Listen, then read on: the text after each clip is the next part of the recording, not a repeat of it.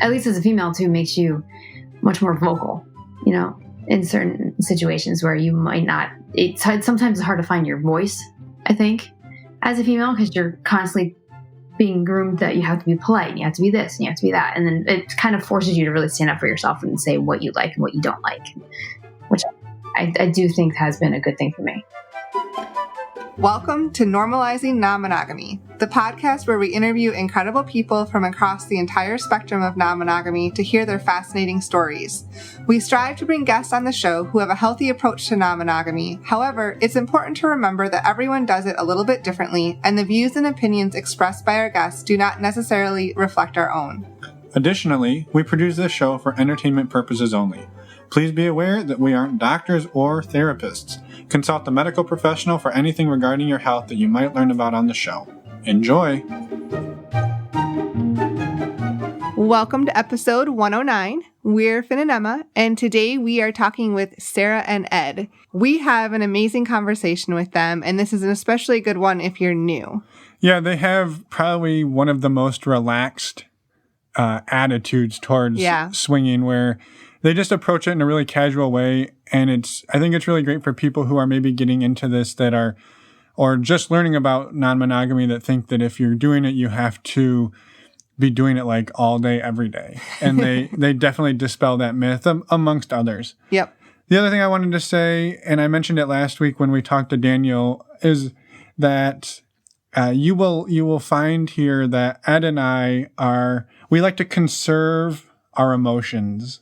Maybe the best way to say it is that we both have a huge passion for life, but we're afraid if we crack the jar a little, it's going to just blow up and nobody will be able to handle it. So we try to keep it dialed back for the listener's sake. A little bit monotone? No, I just explained to you what the situation is. We're trying to spare the listeners. I see. The overwhelming emotion that we are. But what if they want the emotion? What if we all want the emotion? They couldn't handle it. Okay. They can buy one of Ed and I's shirts that we're making. Now all the listeners know what I deal with all the time. Yeah. You are a lucky woman. All right. Well, thank you again to Sarah and Ed for everything. And it's super fun conversation. And yeah, we're excited to be able to share it. Yeah, for sure. A couple of quick announcements. First off, our next Patreon Q&A call will be on February 26th. That's a Wednesday. If you want more information, go to our website and click on the Patreon link, and you can find more info there. Yep, there will be two of them at 9 o'clock Eastern and at 9 o'clock Pacific time. Yep. Next up, it's National Condom Month. It is. And we've got an awesome offer from My One Condoms, who makes custom fit condoms. They've got 60 different sizes. We just ordered some last week, a refill, if you will. We've been using them for over a year now. Ordered them, and they showed up 3 days later, free shipping. And Super fast. And we got 20% off because we use the offer code NNM Podcast. NNM. That's two N's and then the letter M. Yes. And then the word podcast. And there will be links in the show notes to where you can find that. And please check them out, and please use the offer code because it lets them know we sent you. Yeah, and the 20% off is good through March 15th of this year. All right. With that, maybe one last quick thing. Sorry, everybody. One last quick thing. We're almost done for real. You may have noticed that we have a new Focus Fridays series, and our first official episode published last Friday, and our next one will be out this Friday. So we hope everyone's enjoying those so far. The one this Friday is about intentional conversations, and we have that conversation with Catherine. Intentionally? Yes. It wasn't an accident. But you should definitely check it out. If you want to check it out ahead of time, along with all of the other, there's 10 total. You can go to our website, click on the courses tab, and download them all right now for free, or you can also donate to the show. And the website for that is normalizingnonmonogamy.com. While you're there, you'll also find a resources page where you'll get all of the information about the different things that we love and use daily, like My One Condoms, which you can get 20% off if you use the offer code NNM Podcast. True. They'll fit you perfect, like a condom. Once you measure yourself. You've got to measure yourself or have somebody measure for you. Yep. But I think you'll figure that part out. Okay, let's go talk to Sarah and Ed. No, welcome, Sarah and Ed. We're super excited to have you here. And we met you at Desire last year. I guess we met in person a year ago. So it's exciting to chat again. I can't believe it's been a year. It feels like yesterday. Over a year, yeah. Thanks for having us. Yeah, it was surprising that it's been that long already. Yeah. Time flies, I suppose. I think we all still look all right, though. So because listeners don't really know who you are, do you mind introducing each of yourselves? Like a little bit about who you are and why are you here? Yeah. In a nutshell. Why are you here? Well, I guess we met you guys last year at Desire, and we actually bumped into you guys at the pool because we were there doing a boudoir photography workshop for the resort. And you guys ended up being one of our first classes, which we do appreciate. And so we were there. We do marketing with the resort, and then we also are huge fans of the resort. So I ended up doing some ambassadorship for the resort, and then Ed here does photography on the side. So we ended up doing a lot of marketing with them.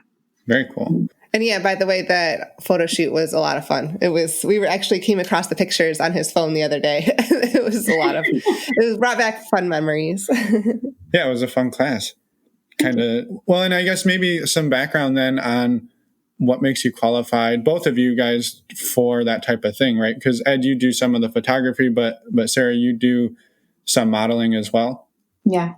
Well, Sarah started off, she was a Playboy model, and I went to some of her photo shoots with her and was just interested watching the photographers and enjoy seeing the pictures. And I thought that would be great if I would be able to photograph her myself. So it took a lot of time, kind of taught myself, asked a lot of questions, and then wound up getting to where the work should be at.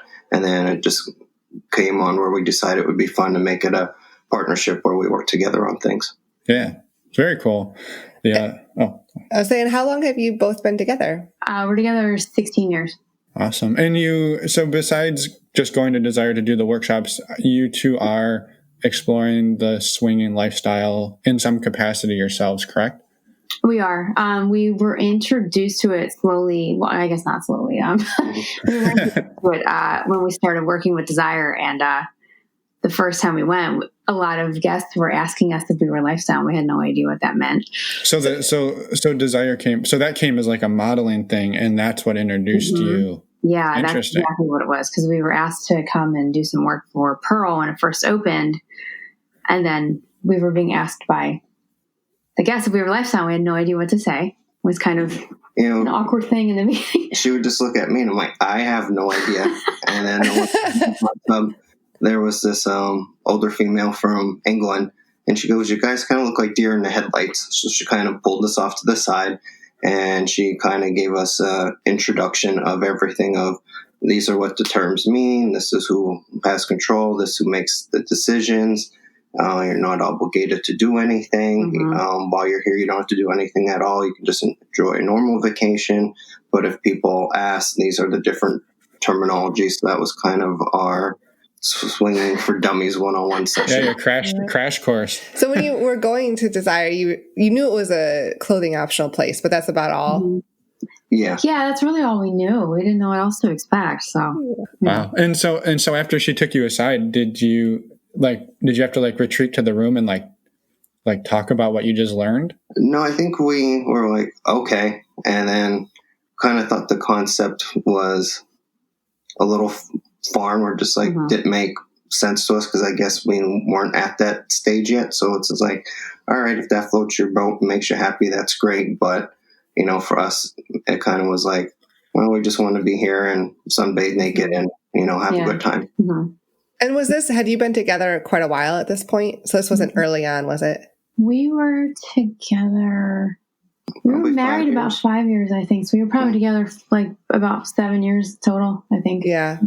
So it wasn't like it was, you had a brand new relationship and then jumping into this. You had history and stuff. So it was kind of just something new to maybe introduce and start to figure out. Well, had either of you ever talked about it with each other? Brought up the concept of other people? We honestly had no idea. It was just when people were asking us, they're like, I don't know what they're talking about. So that first trip when we kind of got that brief intro. We're kind of just like, okay, but I think both of us were just like, had no interest in it. So we didn't pay any attention. We just enjoyed the rest of the trip. And, that was that. Yeah. And the atmosphere and kind of just being everything. Yeah. Yeah. Well, and how did it progress from there? Like how did it slowly start to like work its way in? I guess we wound up doing work for the resort. It was pretty much every 6 months we would come down, and there was probably 3 more trips after that. And we were still on that same page where it really didn't, I don't want to say interest us, but I guess maybe we weren't there. And then probably maybe 2.5 years after that first trip, we wound up meeting another couple. They were both in the healthcare field, and they pretty much got there the same day we did. And through that week, spending time and hanging out and having some common interest, towards the end of the vacation, some things started to happen. We talked about it afterwards, and we both liked it. We're on the same page, and that's how things pretty much began. Yeah. It's exciting. I mean, it's just fun that you were going to a resort where people were basically having sex around you for like weeks at a time, right? Like a week here, a week there, a week. And it didn't like register like, oh, these people didn't necessarily come together. I don't know. It's just kind of a unique place. Oh, it sounds like after the first trip they knew. It's kind of like a fun, like, I don't know. I think it would just blow people's mind. Kind of like, oh, wow, everyone's kind of naked. So that took us a little bit to get used to. Then after that, it's like, okay, this is fun. Like if you kept your swimsuit on, you kind of were like the odd man out. So you kind of blended in better if you just, took everything off, and then we're okay. Yeah. And probably like maybe second or third day, we would see a couple together. Then later in the afternoon, we'd kind of see them with other people. I'm like, and then we started to get confused. It's like, wait a second. I thought, and then you almost start to question yourself, Yeah, you're like, wait, I thought that couple was together, and then now they're different people, and now I don't know what's going on. Yeah. So after that first trip where you guys started to, I guess, dip your toes into it, how did it progress from there, or how has it progressed? I guess basically after that trip was over, we talked about it, enjoyed the experience, and had a good time.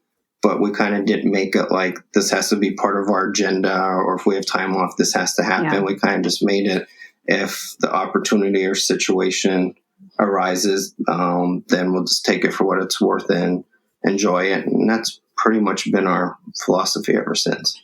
Mm-hmm. Right. So is it more of a vacation thing? Like you do it when you go on vacation, or have you also started then to explore, back when you're in the homeland, so to speak?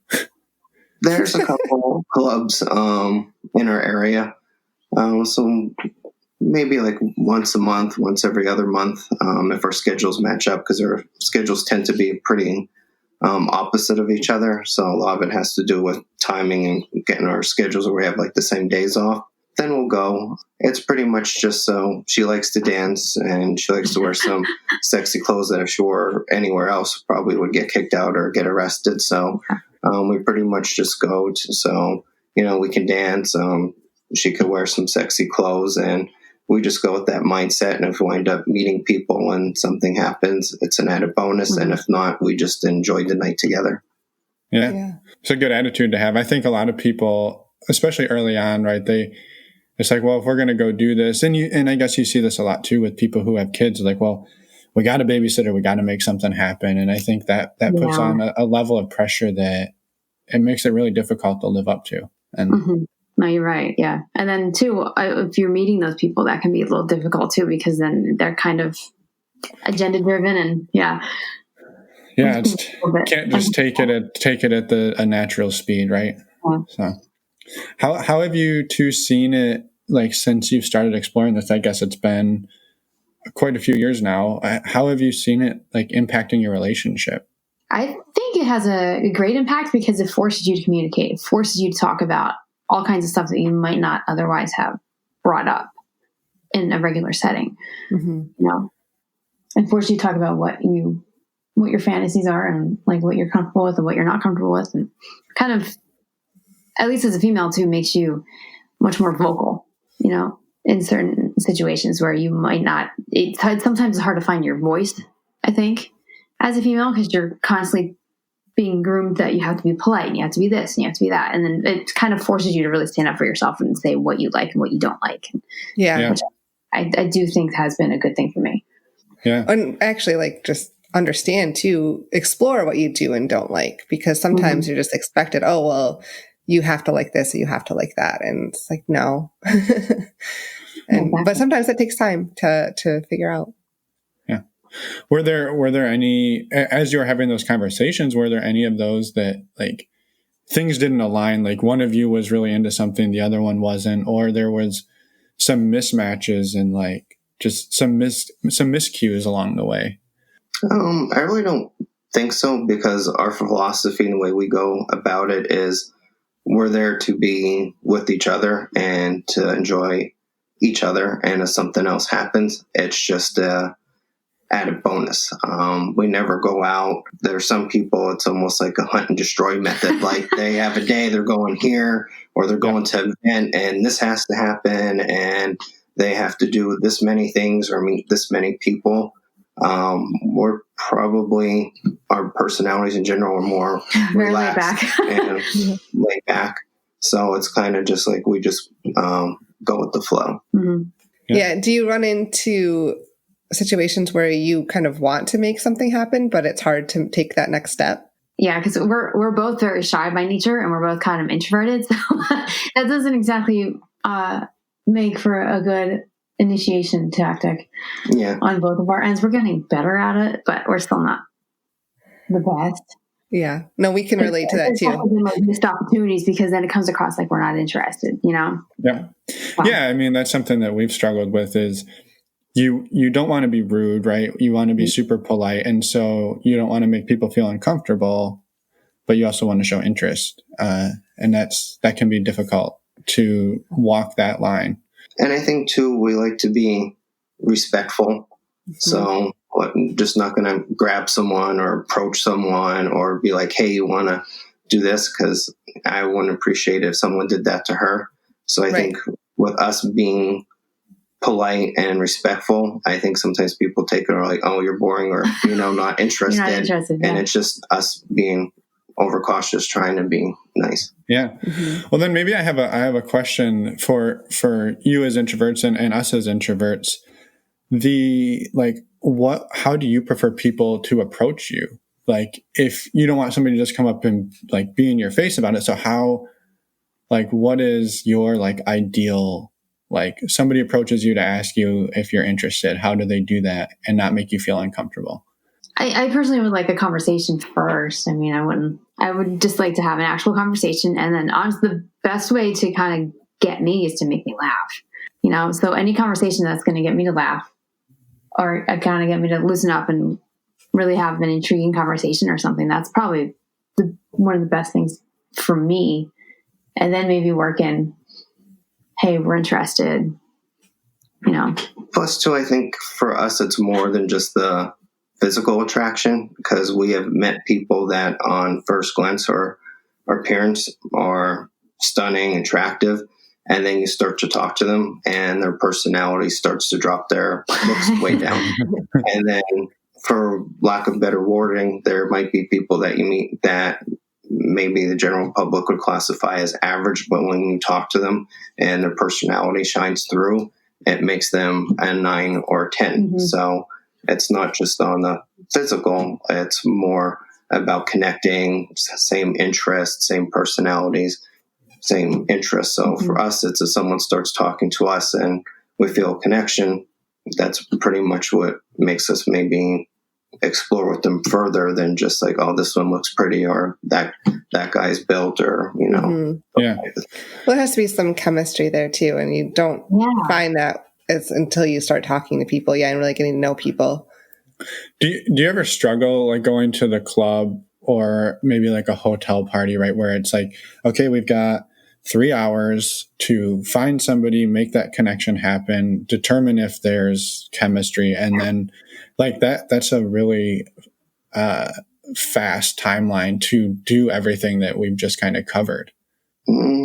Probably not, because I think if we were judged on lifestyle people, we'd probably get a failing grade, because when we go, it's not like, okay, we have this many hours and we work with that agenda. Yeah. We just go to have fun with each other. And if someone starts talking to us, then it's like, okay. And if something happens, great. Or if the clock runs out and the party's over, we don't look at it as a missed opportunity. It's just like, okay, well, this wasn't meant to be. And it's a little bit easier to meet people now that we go kind of to the same few places, so at least we know people no matter what. Where it was in the beginning where you didn't know anybody. So that was really hard because you don't even have friends to talk to. Yeah. You're really kind of out in the middle of the ocean, like, okay, how are we going to do this? Yeah, you almost feel like kind of back to the deer in the headlights. Like you're just like, I don't know how to integrate into this. So it can be easier once you have friends and other people can see you interacting with people and they're like, oh, they actually look like they're fun. And then I think it makes us more approachable then too, and vice versa. Yeah. That's great advice. I think that, and that's something we've struggled with at times where you go, maybe you go once every 3 or 4 or 5 months to an event, and you don't want to tell people they have to go every month or every week, but it is a good way to start to build that rapport. And then even if you're like chatting with one other couple that you've met before, and it allows you to relax enough that you're laughing, and that makes you way more approachable than if you're just like sitting there kind of like nervously in the corner. That makes it really hard to approach as well. Yeah. Well, and it's, you almost, like when you go to someplace for the first time and you're new, you do have to take that extra effort to go up and start talking to people so that you are more approachable too. And we've had instances where, sometimes that works better than others, but in general, I mean, just trying to talk to people. Some people just don't want to talk to you, and that's okay. But in general, people are very friendly and will at least say hi, and you can have a conversation and start relaxing a little bit. Yeah, I think out of any kind of social, I guess, gathering, I would think lifestyle people are probably the easiest to talk to. Yeah. Because they are there to make connections and they are there to talk to people. So it is a little bit more of a, I guess, open atmosphere as far as talking to people and meeting new people. Yeah. Yeah, they're more receptive to conversation. Yeah. No, we would agree with that too. It's much easier to break into that scene a little bit. Do you find that going to Desire for a week is easier, like you get to know people over that time frame, easier than going to a club for one night? Definitely. Yeah. It's so much easier. Because then you have to spend multiple hours with people, whether you're just kind of hanging out in the pool or, and then you get to see them all throughout the day. And then you also get to see how their relationship is with each other. Yeah. You can really easily pick up if something's off. I think it's easier in like that kind of atmosphere. And obviously over that many hours of time, you can observe people throughout the day. So, well, it's just it's relaxed, right? Yeah. Mm-hmm. The whole point is to go there and relax, right? And you can go to a meal with somebody, go meet them for breakfast or something, and just like have conversations that you wouldn't have at the nightclub or like in that short time frame. Exactly. Yeah. Yeah, like you said, where there's an event where it's like maybe 3 or 4 hours, like that's all the time you have. Or there, if you're there for a week, you got how much time to work with. Yeah. No, exactly. Yeah, I wasn't trying to imply that every time you go to the club you have to like score one. It was just like that's a tough timeline. I mean, and it's something it can be a lot of pressure. That's all it is. Yeah. And it's something we've struggled with as fellow introverts. So I have another introvert specific question. Not really, but it's kind of specific to like we've heard and we've struggled with, like, how do you let people know that you're not interested? Like if somebody's clearly pursuing you, do you do like the avoid tactic, or are you just upfront about it? Like what's your technique for letting people know? It's hard. It depends on how dense they're being. Yeah, I think initially we just try to diminish the conversation, and if they're talking, don't really feed into it. And if that really doesn't give them the hint, then usually I'll just be like, hey, thanks for coming over and talking, but we just came here to spend time with each other. And then don't want to hurt anyone's feelings, but it also puts in a way that like, oh, okay, like then they go on their merry way. Right. Yeah. Yeah. No, that's a good way to handle it. Cause at least, I don't know, it's hard. Like not everyone is everyone's cup of tea, right? That's okay. And it's just hard. The rejection can be difficult. Well, but I also think that the natural introvert in us, like sometimes those conversations get quiet and anyway, even if you are interested. So that's where we kind of struggle is like, well, we're interested in these people, but like, I don't know, sometimes the conversation just has like some natural ebb and flow to it, which is tough or can be tough. Yeah, that can be awkward, especially if you don't really know the people. Yeah. Yeah, and everyone's kind of nervous. They're kind of like each searching for the next thing to say. Yeah. And you're ultimately just standing there like nodding together. Like, I think you just got to embrace it at that point and be like, well, this is awkward. Yeah. How about, have you guys been out to anybody in your life about exploring non-monogamy? Nope. No. Is it something you would consider or not really? Well, our social circle is very, very small. And we kind of consider that like that's our private life. And I don't know, because most people who aren't in the lifestyle, they're not at work and are like, oh, last night I did such and such with my wife, you know? So we take it as, the same thing. Like, that's our private thing. People don't really, need to know about it. And I guess when you go to Desire, it's just work, right? Like you can kind of, do people ask where you go or anything about that? No, not really. I mean, our family knows we go to a clothing optional place, but they kind of just mind their own business and don't really ask any questions. It's just like, oh, okay, you guys want to be naked? Cool, have fun. Right. That's all they really say, Yeah. Yeah, no, I think well, I guess it's interesting to me because, right, Sarah, having done the modeling, I mean, I guess I don't know for sure, but are your parents and family aware, right, that you've posed nude and done some nude modeling, right? So yeah, they are. Yeah. And I guess we've told my mom everything. My dad knows enough not to ask any questions. He's just like, okay, whatever. Kind of how it's been. Yeah. Because I mean, even before I posed for Playboy, I sat my mom down. I told her, I'm like, what should I do? And she said, you do whatever you want. It's your life. Right. Yeah. But this would be kind of a different level of like, they don't need, right. Yeah. That's the whole, they don't need to know it's our sex life. Right. Yeah. I mean, I wouldn't expect to know anything about my parents' sex life. Yeah. I mean, I hope it's healthy, but otherwise, Yeah. No, that's fair. I wouldn't either.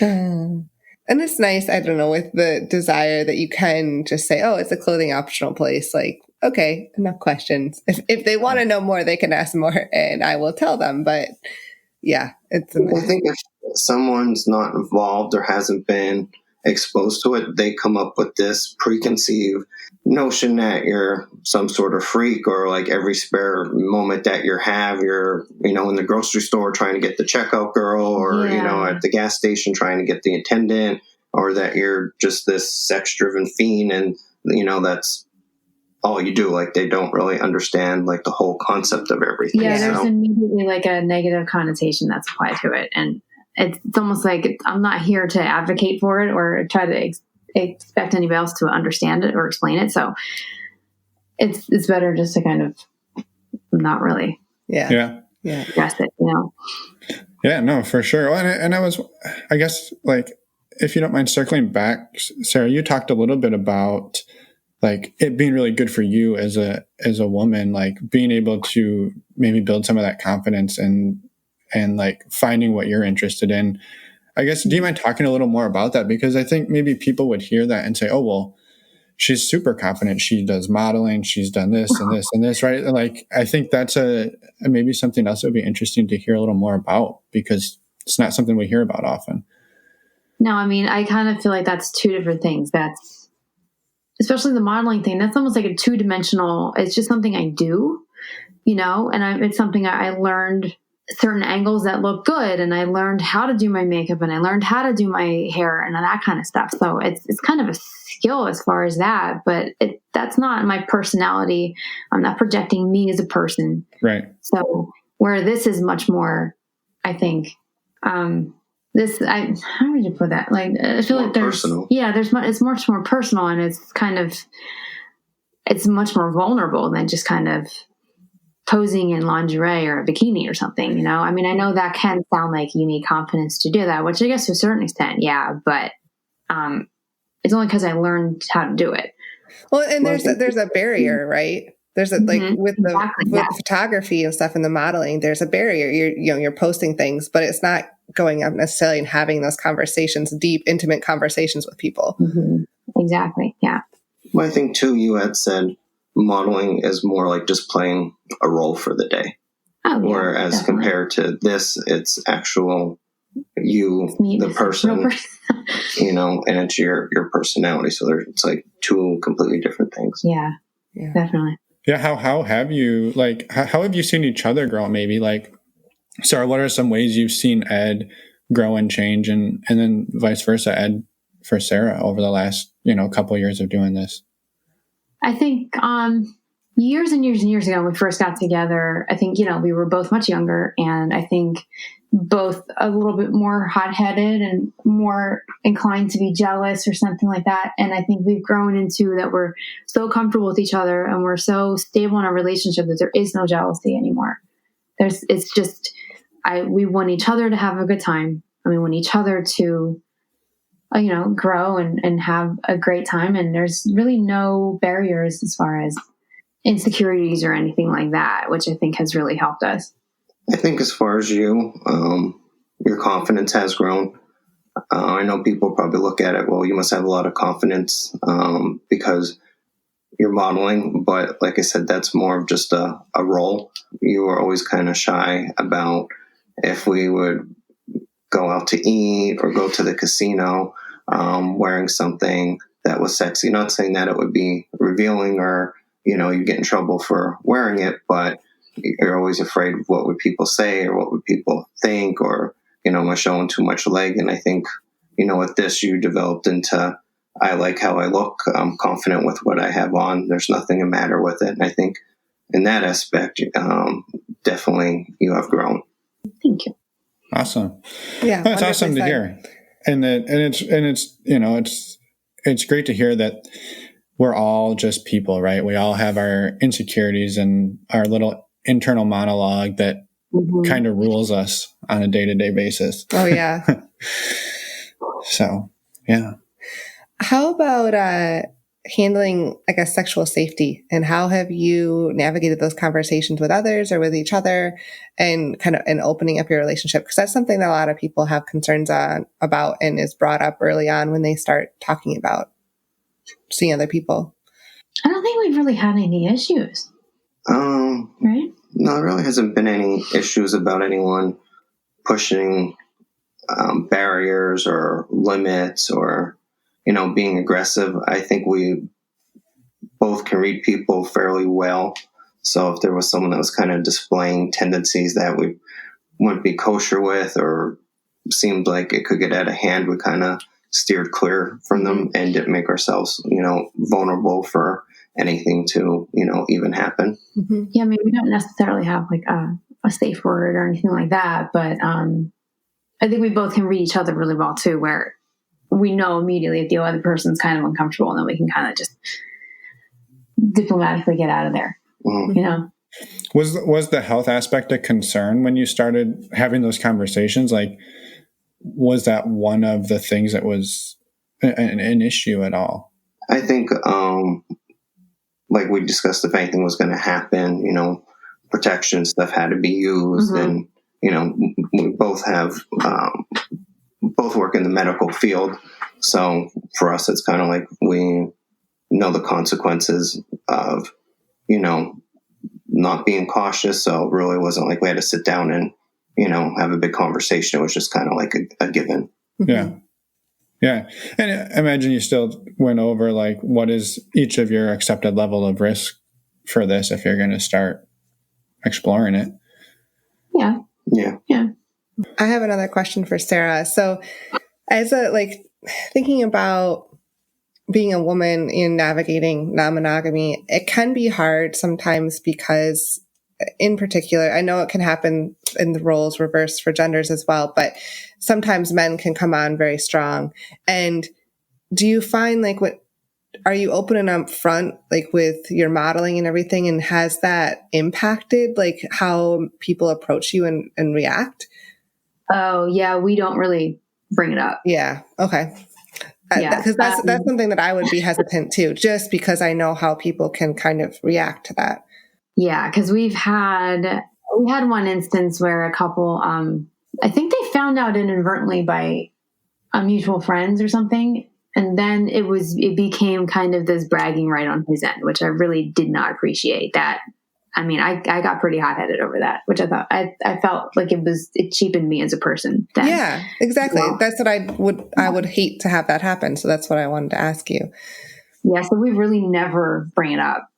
At Desires, it's kind of hard because we do work for the resort and they see us in advertisements, so people kind of know there. But outside of that venue, we don't bring it up because just like how we were discussing, if you told someone that wasn't in the lifestyle that you're in it, they get those preconceived notions. So if you would tell someone that is in lifestyle that I did modeling or I posed for Playboy or did this, then they kind of think like, oh, they start getting these notions where they think maybe it would be easy or you're going to get naked. So we rather just have it where that's just a separate entity. Mm-hmm. And if we're out hanging out, judge us for the interactions we're having at that current time with you. And if there's a connection, we click great. And if there isn't, that's fine, too. Yeah.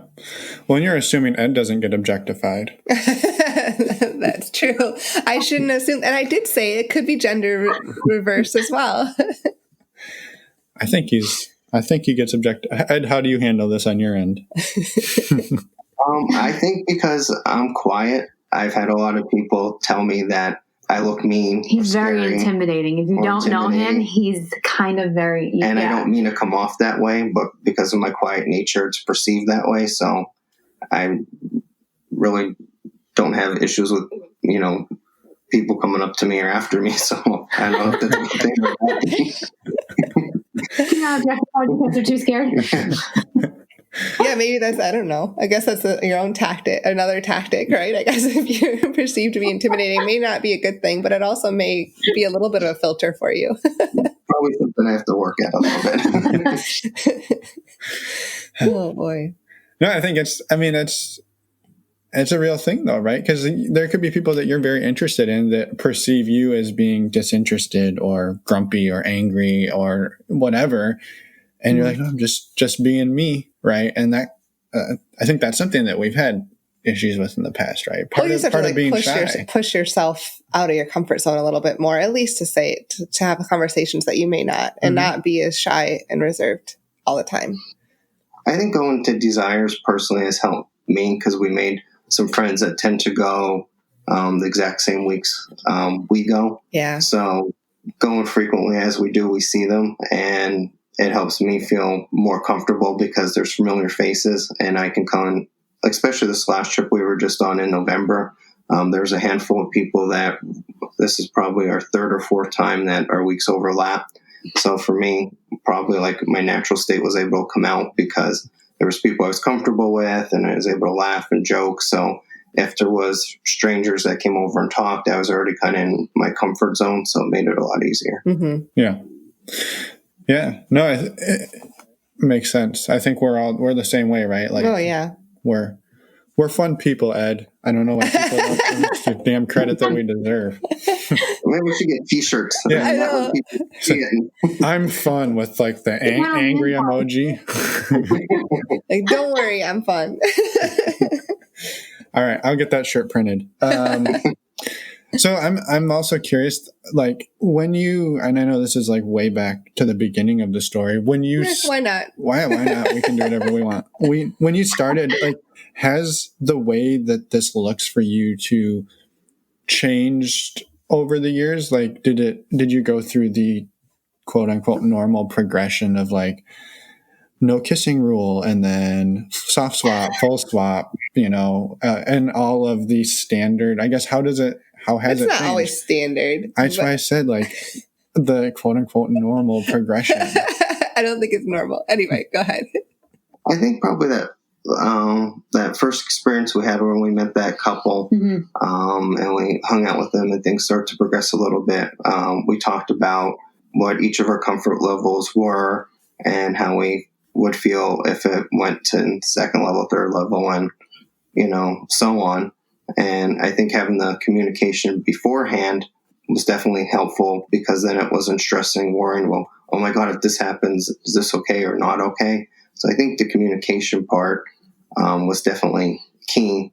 And then, like I said, for both of us, it was just kind of, we're not like one of those hardcore people that have our schedule like this is going to happen or this. It's just kind of like, just enjoy what life brings. And if situations arise, hey, that's great. If not, we're still with each other having a great time. So I think our philosophy and how we approach it with our personalities is fitting for us. Now, maybe for other people, that's not their cup of tea. But I think with our laid back attitude towards it and always putting each other first, I think for us is the key. I mean, I think in the beginning, I definitely do remember there being a no kissing rule, which I think eventually you just kind of grow out of that. And I think that's kind of how you progress in it anyway. You set up these little boundaries. And then once you kind of realize that you're hitting the boundaries, then you kind of reassess and see where you go from there and see how the other person responds to it. And it's almost like there's these little like, I don't know, like boundaries or like speed bumps or something that are almost meant to be. Yeah. Well, and like you said, you hit those boundaries and then you're like, well, we've gone this far and it's been okay. I think I'd be okay going beyond that one, right? And then you release that one and you go to the next one, right? And and there are some people who just right out of the gate, they're like, hey, yeah, no holds barred, and that may work for them, right? Well, some people are more natural to take those baby steps, and then other people are not. For sure. Well, for us, it was kind of like a cold pull. You put your toe in, it's okay. You work your way up, hit your belly, you're like, okay, and you just kind of keep easing your way till you're finally in, and you're like, okay, I'm comfortable. It's rather than just jumping into the pool. Actually, before you get to the belly, there's another significant step that usually takes a while for me to get past. Do the two of you think, so it sounds like to this date, I guess you've mostly explored kind of the swinging side of things. Do you think you'd ever go into more having deeper relationships with other people, kind of along the poly route at all? Or does that not interest you? No, it doesn't interest us. I don't think either one of us have any interest in that. Yeah. I have a hard time communicating with people, like with texting and phone conversations, and we really don't have a lot of spare time outside of each other and our jobs. So I don't want to take on anything that would take away from you. And not to judge people that do it. Like, there's a lid for every pot, and whatever makes each person happy, that's their right. But for us, we look at it as our relationship is me and you, and the poly thing, and our minds and our look at it as, well, we're married, we're with each other, really don't want to be, committed to another person because we're committed, to each other. And I feel that both of us fulfill each other completely. So our look at it is, if anything happens, okay, that's a bonus, but we're not looking for anything. Now, we do have friends that we met in a lifestyle that we haven't done anything with, but they're like our best friends. You can call them up in the middle of the night and they would be there for us. And I think the friendships that you do make in this, I think, are stronger than friends that you make in normal, regular life. Yeah, I think because you can you don't ever have to be guarded, right? You can talk about the things that you don't. Exactly. Yeah, you get to to be intimate with each other, even just conversationally, right at the beginning. Yeah, even if it doesn't turn sexual. Yeah. Do you think you'd ever stop, I guess, going, being non-monogamous and going down that route? I mean, I don't know. I think it kind of depends on what's going on in our lives and stuff. Yeah, because it's not like we ever have like a schedule, like we have these days off, or, it's been a while, we're doing this. We're kind of, like I said, kind of just very much go with the flow. Yeah. So if, tomorrow we woke up and Sarah's like, I don't want to go anymore, and be like, okay, that's fine. Because our thing is each other first. Mm-hmm. Yeah. I want to be like, oh, I'm going to throw a temper tantrum. I just have to stop, Right. blah, blah, blah. I mean, I could see why couples sometimes take little breaks too, because it can be not labor intensive, but it just does take a lot of energy sometimes if you're going to a club and you have to Yeah, it does. come online and, try to see who's going to be there. And sometimes it can be a little bit of an undertaking, but. And sometimes life just gets in the way. Kind of put yourself out there and takes work, where sometimes if we just have free time, it's just nice just to go to dinner and relax being with each other. Mm-hmm. Yeah, when you have a hectic schedule, like most people do, it's even tougher. All right. Well, I'm going to ask the blooper question. I knew that was coming. Have either of you had any hilarious mishaps that you're willing to share with us? Or maybe both of you? You're, no offense, usually the clumsy or klutzy. I'm between horrible. us, and I haven't really thought of anything like where you fell off anything or anything crazy has happened. Oh, no. Remember when I hit my head at Desire? Oh, yeah. That was. She's like, I don't, but I've been told that's what happened. Oh, no. It was our last day. I think this isn't. I mean, we just happened to be at Desire, and we're at Pearl, and there's the pool, there's the bar, and then there's this overhang, right? And it's like plaster, it's heavy, it's huge. And I was getting out of like the little circular pool on the side, and I'm short. So I go to stand up thinking I'm gonna miss this thing. I full on stand up, whack my head so hard that I lost my balance and almost fell into the pool. And of course, all of our friends saw it. Jeez. So that was a little embarrassing. I can't think of anything like actual, like lifestyle related. Yeah. No. Man, there's gotta be something. We're gonna think of something like as soon as we hang up. I'm sure. Yeah. Yeah, that does make us sound really lame. Well, you've got a mission now for 2020. Create bloopers. It's actually probably a good thing. That means that you haven't had too many missteps. Although, I mean, bloopers are just usually hilarious things. Maybe your vibrating suitcase. Oh, Jesus Christ. We were going to Mexico, and I had like sex toys and everything in the checked luggage. And we were getting right how like you get your luggage, you're going through customs, and then you're about to hit the button, right? The green light, red light. Yep. Ready to hit the green light, red light. Oh, when you land in Cancun. Yeah. So I get this look on my face like I want to throw up, and he looks at me and he says, "Are you okay?" And I'm like, "No." And he goes, "What's happening?" I said, "Well, touch my handle," and my handle was vibrating because when something comes on in the suitcase. Oh my God. I don't think it got searched though, did it? No, you lucked out on. Oh, I'm like, I'm gonna get arrested or something. They're gonna think something's in here. Yeah, because the whole handle was rocking pretty bad. So anymore, I learned flip the batteries around and let things go dead, and then just charge them there. Yeah, I think it was like on level 10 or something like that. Oh, it was going nuts. Yeah. I'm gonna get arrested. I'm sure it's not the first time that they would have seen that. No. Part of I've heard people put all their stuff right on top in case their suitcase does get checked. Yeah. That they just, they're like, oh, and then they. It's a good way to smuggle drugs. You put all the dildos on top and all the cocaine underneath it. Don't give anyone any ideas. We had some friends once that got searched for their what was it? Enjoy 11. Yeah, it's basically a stainless steel club. And so the TSA agent took it out of the suitcase, held it up, what is this? In the airport. Oh my God. Oh. People. Yeah. That's amazing. I'm going to really quick tell my pool story from Desire last year, okay. 2018, when it was the first 5 minutes we were there, remember? And I went to be all cool and pop into the pool. And I went to put my, put one hand down and then use that to kind of flip your legs in. Well, yeah. I missed with my hand somehow, even though I hadn't even been drinking. So I just we had been there for about 5 minutes. Yeah, this was literally hey, everybody, we're back at Desire. And I went to put my hand on the edge of the pool, slipped off, and then just tumbled into the pool. He just completely face planted into the pool. And well, I'm here. So that's how I do it. I didn't have to hit my head to do it, but it was a grand entrance. So, all right. Well, any final parting words that you want to leave people before we let you get along with your wintry day?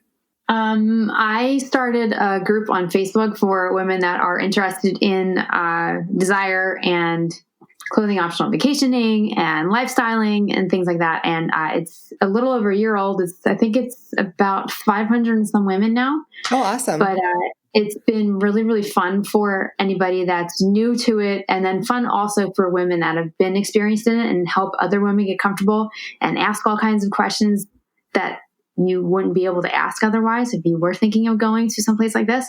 So that's on Facebook, and it's called Ladies Love Desire. And it's the private group. So everybody, the only way to get added is to be added by a member. Okay. And it only exists for the members. So if any listeners want to reach out and want to be added to that, they can just look me up on Facebook at Sarah Clayton, and then I can get them added to it. Okay. And we'll put links to your profile there. Thank you.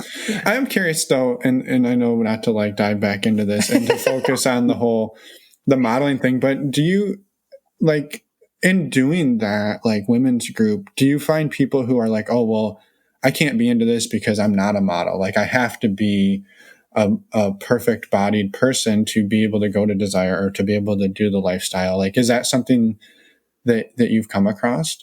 That's one of the big misconceptions that I think I've noticed in women that are in this group, because they think, oh my gosh, I don't look a certain way, I'm going to be so uncomfortable. And then you hear from everybody else, no, it's not like that at all. Right. It's all shapes and sizes, and everybody's so welcoming and so sweet and really supportive and really fun to be around. That the one woman actually went for the first time, and she came back and she had put a post in the group saying, I was so shocked how little of an issue being nude was.